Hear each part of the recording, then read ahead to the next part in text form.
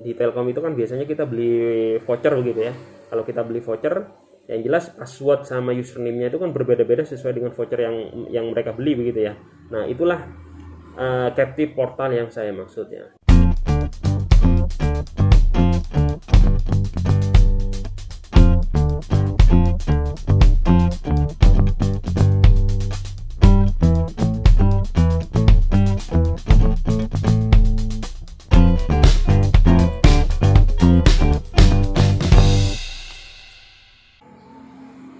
Assalamualaikum warahmatullahi wabarakatuh. Jumpa lagi bersama saya di channel Tani Cyber. Pada kesempatan kali ini saya sedikit mau membahas atau sharing tentang wireless security atau bagaimana mengamankan jaringan WiFi kita, baik itu di rumah maupun di kantor atau tempat kita kerja. Ada beberapa sistem keamanan yang bisa kita lakukan untuk mengoptimalkan atau untuk sekedar mengantisipasi supaya WiFi kita itu aman begitu ya, tidak digunakan oleh orang lain begitu ya. Yang pertama adalah sistem keamanan dasar. Sistem keamanan dasar ini memang sudah melekat, sudah disiapkan sistem security-nya di access point yang ada di pasaran begitu ya. Access point ini digunakan untuk memancarkan sinyal WiFi begitu ya, atau radionya, dan di dalamnya itu sudah ada beberapa konfigurasi dasar yang bisa digunakan untuk sistem keamanan dasar.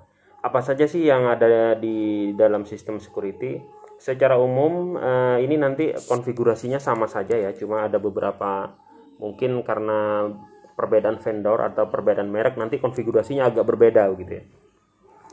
Tapi secara umum yang saya tunjukkan atau yang saya presentasikan pada kesempatan kali ini, saya menggunakan contoh salah satu vendor saja.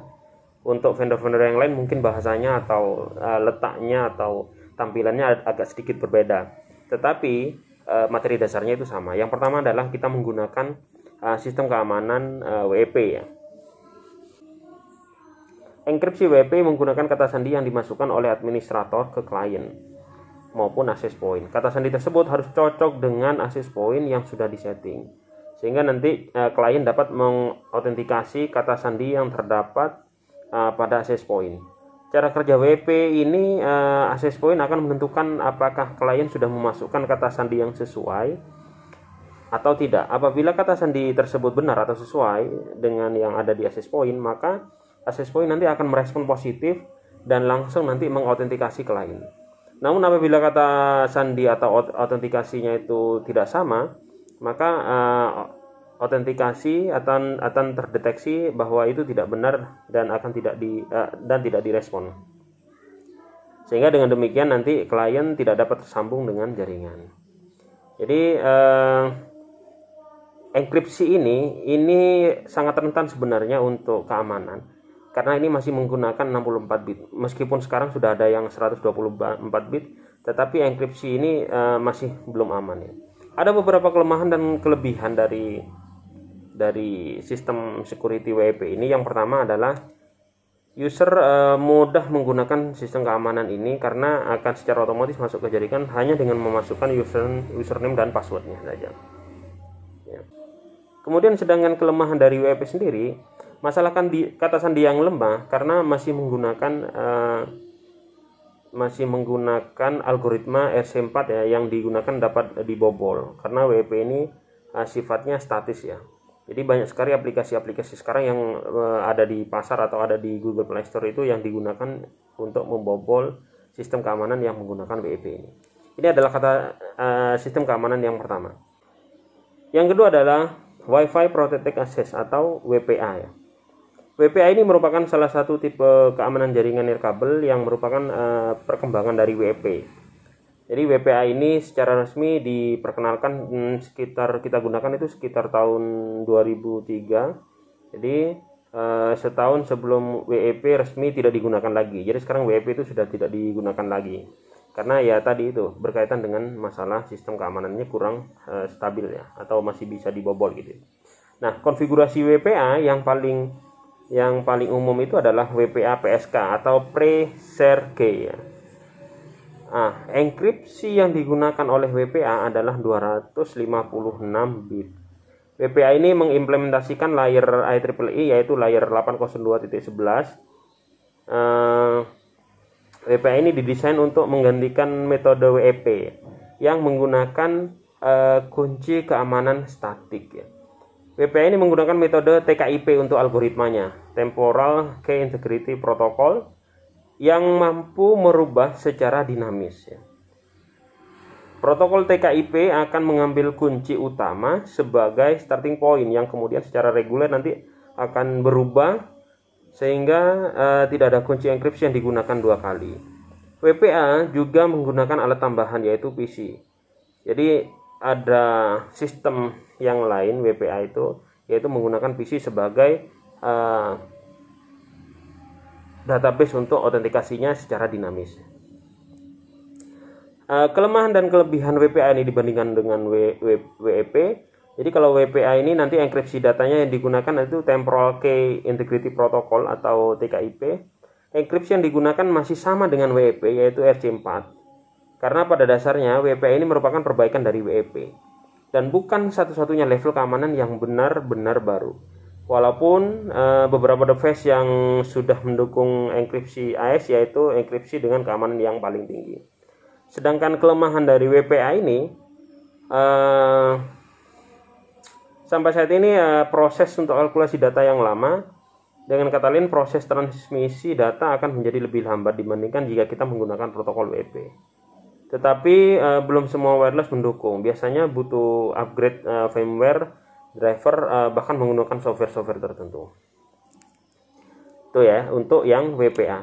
Kemudian ada sistem keamanan atau security yang lain atau pengembangan dari WPA yaitu Wi-Fi Protected Access 2 atau lebih kita kenal dengan WPA 2 ya.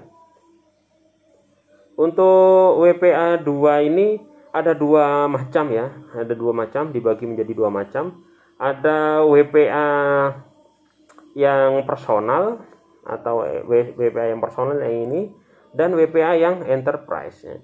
Jadi WPA ini telah dikembangkan sekitar tahun 2006 dan secara resmi digantikan menggantikan WPA ya. Jadi WPA ini lahir karena menggantikan WPA pada tahun sekitar 2006 gitu ya.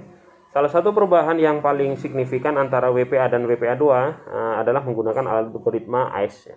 Kalau yang sebelumnya TKIP yang digunakan, tetapi yang sekarang WPA 2 itu sudah digunakan algoritma AES ya. Serta beberapa pengenalan tentang CCNP ya, protokolnya ya. Jadi ada counter shipper mode dengan blockchaining message authentication code protocol itu sebagai pengganti dari TKIP. Jadi yang perlu diketahui bahwa algoritma AES ini merupakan enkripsi yang memiliki keamanan paling tinggi ya. Di sini kalau kita menggunakan WPA 2 ada dua tipe ya, ada dua tipe yang personal sama enterprise. Perbedaannya apa? Perbedaannya kalau secara kasat mata, kalau yang personal di sini yang bawah ya, ini menggunakan preset key-nya sebagai password. Ini sebagai password. Jadi preset key-nya atau PSK ini digunakan sebagai password. Namun bisa juga dengan metode dictionary attack. Ya. Karena WPA personal ini sebenarnya tidak begitu cocok untuk perusahaan-perusahaan besar gitu ya. Karena nanti passwordnya akan sama semua antara user-user yang lain itu sama semua. Yang kedua yang ada di fitur access point itu biasanya ada WPA enterprise. Berbeda dengan personal, kalau personal ini hanya menggunakan passwordnya ini sebagai security key-nya, tetapi kalau enterprise ini bisa dikombinasikan atau bisa diintegrasikan dengan yang namanya radio server. Ya. Jadi ini bisa diintegrasikan dengan radio server. Artinya kita membutuhkan satu buah server lagi yang digunakan untuk autentikasi, misalkan mungkin terpusat seperti LDAP dan sebagainya, sehingga nanti ketika kita memasukkan di sini, ya. Ketika nanti memasukkan di sini, itu passwordnya setiap orang, meskipun pada SSID yang sama, meskipun pada antena yang sama, bisa jadi nanti setiap orang nanti berbeda sesuai dengan yang sudah disetting di database radio servernya di sini. Jadi radio server ini adalah server tersendiri, komputer sendiri yang digunakan sebagai database autentikasi setiap usernya. Ini biasanya digunakan untuk yang skala-skala besar. Kalau untuk yang rumahan mungkin atau kantor-kantor kecil mungkin tidak usah menggunakan ini karena hanya beberapa saja yang menggunakan wirelessnya. Itu yang bisa digunakan terkait dengan WPA 2. Nah, yang berikutnya ya, metode keamanan yang bisa kita gunakan untuk mengoptimalkan jaringan WiFi kita adalah menggunakan MAC filtering. Jadi selain menggunakan password juga bisa menggunakan MAC filtering. MAC filtering ini nanti akan memfilter MAC address. Kita tahu bahwa MAC address itu adalah ID unik yang ada di setiap interface, baik itu laptop, baik itu HP dan perangkat-perangkat yang lainnya, itu pasti ada MAC address-nya atau ID uniknya yang berbeda satu dengan yang lain. Nah, MAC address inilah nanti yang akan dijadikan kunci, yang akan dijadikan filter apakah bisa terkoneksi terhadap jaringan WiFi kita atau tidak. Ya, jadi MAC WiFi ini nanti akan dimasukkan di rule-nya, di database-nya di sini. Kita tinggal tambahkan saja daftar MAC address-nya di sini. Setelah dimasukkan di add new di sini MAC address-nya punyanya siapa. Nah, seperti ini. Ini MAC address-nya berapa, kemudian namanya siapa. Kemudian nanti akan terdapat di daftar MAC address yang ada di sini. Nah, di daftar MAC address ini nanti tinggal kita berikan rule-nya ya. Apakah rule-nya itu di deny yang seperti ini ya? Apakah rule-nya itu di allow seperti ini? Jadi kalau di deny berarti semua MAC address yang ada di sini itu nanti tidak akan bisa terkoneksi terhadap WiFi kita. Kalau di allow berarti hanya MAC address yang ada di sinilah saja yang bisa terkoneksi ke WiFi kita, sedangkan yang lain tidak. Itu ya. Nanti setelah ini dimasukkan daftar MAC address-nya, setelah kita masukkan rule-nya baru kita enable untuk metode MAC filtering ini. Supaya MAC filtering ini berfungsi.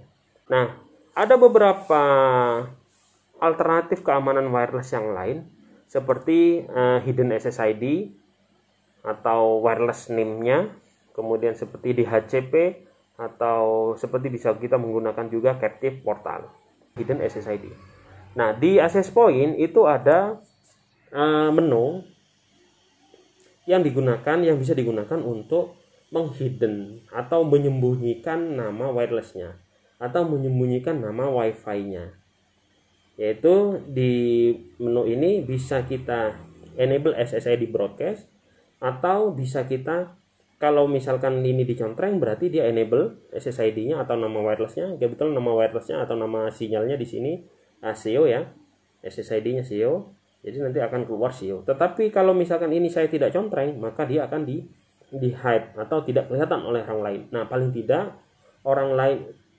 tidak ini cukup memusingkan ketika orang lain itu nyeken apakah ada wireless di sekitar kita atau tidak. Nah, kalau ini di hide tidak kelihatan, orang lain kan nggak akan tahu bahwa ini ada wirelessnya. Nah, bagaimana dengan kita kliennya yang orangnya misalkan? Ya, kita tambahkan di secara manual wireless yang kita hide itu dengan mengetikkan nama SEO. Itu salah satu cara atau alternatif cara untuk mengamankan jaringan kita. Yang kedua ya adalah dengan cara ini, mendisable DHCP. Jadi kita tahu biasanya WiFi itu kan sekali connect, sekali ketahuan passwordnya, kemudian kita akan diberikan DHCP supaya kita bisa connect ke jaringan internet begitu ya, melalui jaringan WiFi kita. Nah, kalau misalkan ini di disable ya, maka klien yang tersambung yang sudah berhasil mengetahui password kita itu nanti tidak akan mendapatkan IP address, dan itu cukup menyulitkan mereka untuk mengetahui berapa IP address di network kita. Cuma mungkin kesulitannya kita yang tidak paham di jaringan itu akan kerepotan untuk memasukkan IP address kita itu berapa di HP kita atau di laptop kita. Nah, tapi ini adalah salah satu alternatif saja untuk mengamankan jaringan WiFi kita.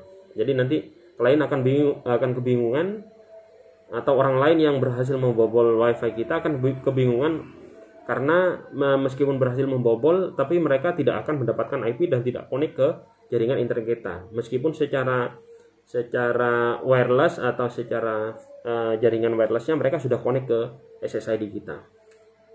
Yang terakhir, kita bisa menggunakan metode captive portal atau login page.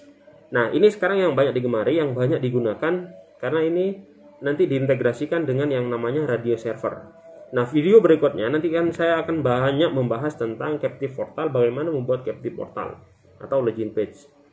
Nah, login page ini biasanya begini sistem cara kerjanya. Ketika kita berhasil masuk ke WiFi, berhasil connect ke WiFi, berhasil mendapatkan IP address, tetapi ketika kita mau menggunakan internet, browsing dan sebagainya, maka kita akan dihadang, maka klien itu akan dihadang oleh alamat web seperti ini, di mana kita diminta untuk memasukkan login dan passwordnya sebagai autentikasinya. Nah, login dan password ini biasanya diintegrasikan atau dikelola oleh yang namanya radio server. Radio server itu bisa saja jadi satu dengan server dengan access point kita, bisa jadi terpisah dengan access point kita. Ya, ini adalah salah satu cara mengamankan. Nah, kalau radio servernya banyak, radio server yang bisa kita gunakan di sekarang ini. Kalau misalkan kita menggunakan Linux, mungkin bisa menggunakan Chilisport dan sebagainya sebagai radio servernya, sebagai server yang bisa mengautentikasi begitu ya. Kemudian bisa menggunakan juga untuk yang router yang sudah embed, yang sudah jadi satu, itu Mikrotik misalkan, itu juga bisa digunakan untuk login page seperti ini. Jadi nanti ketika user memasukkan user sama passwordnya, nanti akan dikirimkan ke radio server. Radio server itu nanti akan mengautentikasi apakah dia benar dengan database kita. Ketika dia sudah benar dengan database-nya, maka server radius itu nanti akan mengembalikan ke routernya dan memberikan akses terhadap dan memperbolehkan dan menginformasikan kepada routernya supaya bahwa autentikasi yang dimasukkan oleh orang ini adalah benar gitu. Kemudian baru dilanjutkan untuk bisa mengakses ke jaringan internet. Nah, ini menarik, captive portal sekarang sudah banyak digunakan. Biasanya banyak digunakan di kafe-kafe begitu ya, dimana atau di Telkom misalkan. Di Telkom itu kan biasanya kita beli voucher begitu ya. Kalau kita beli voucher, yang jelas password sama username-nya itu kan berbeda-beda sesuai dengan voucher yang mereka beli begitu ya. Nah, itulah captive portal yang saya maksud ya. Jadi seperti itu adalah contoh aplikasi implementasi di lapangan captive portal. Kita bisa membuat captive portal ini dengan mudah dengan menggunakan router yang sekarang lagi banyak digunakan untuk kalangan menengah ke bawah, yaitu Mikrotik begitu ya. Namun tidak menutup kemungkinan untuk perusahaan-perusahaan besar juga bisa menggunakan Mikrotik dengan kapasitas Mikrotik yang berbeda ya, yang agak besar begitu ya. Nah, jadi itulah kira-kira beberapa cara untuk mengamankan jaringan wireless kita yang bisa kita tempuh, yang bisa kita gunakan supaya wireless kita optimal ya. Yang pertama tadi adalah menggunakan WEP, yang kedua menggunakan WPA, yang ketiga menggunakan WPA2, kemudian menggunakan MAC filtering ya. Kemudian juga kita bisa menggunakan head SSID, kemudian kita menggunakan disable DHCP-nya. Yang terakhir kita bisa juga menggunakan captive portal. Kalau semuanya ini kita gunakan, maka cukup merepotkan ya, cukup membuat stres orang yang akan mencuri jaringan kita. Oke lah, yang pertama lolos misalkan, tapi ada keamanan jaringan yang kedua, ada keamanan jaringan yang ketiga dan empat dan seterusnya. Artinya berlapis begitu ya.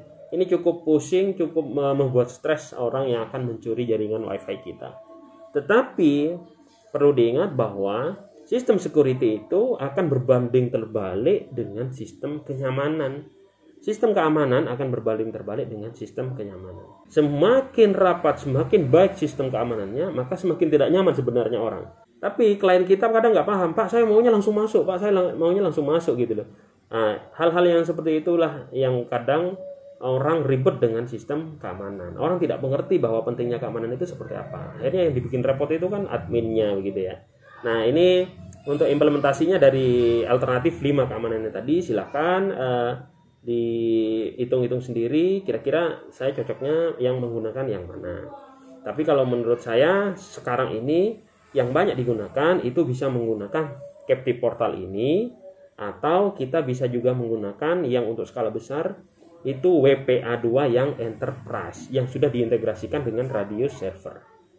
Oke, mungkin untuk video kali ini sekedar sharing sedikit tentang materi keamanan jaringan WiFi atau hotspot kita. Untuk selebihnya kita akan mempraktekkan bagaimana captive portal. Terima kasih, kurang lebihnya mohon maaf. Kalau misalkan ada sharing, ada koreksi atau ada pertanyaan, silahkan dituliskan di kolom komentar. Saya akhiri, assalamualaikum warahmatullahi wabarakatuh.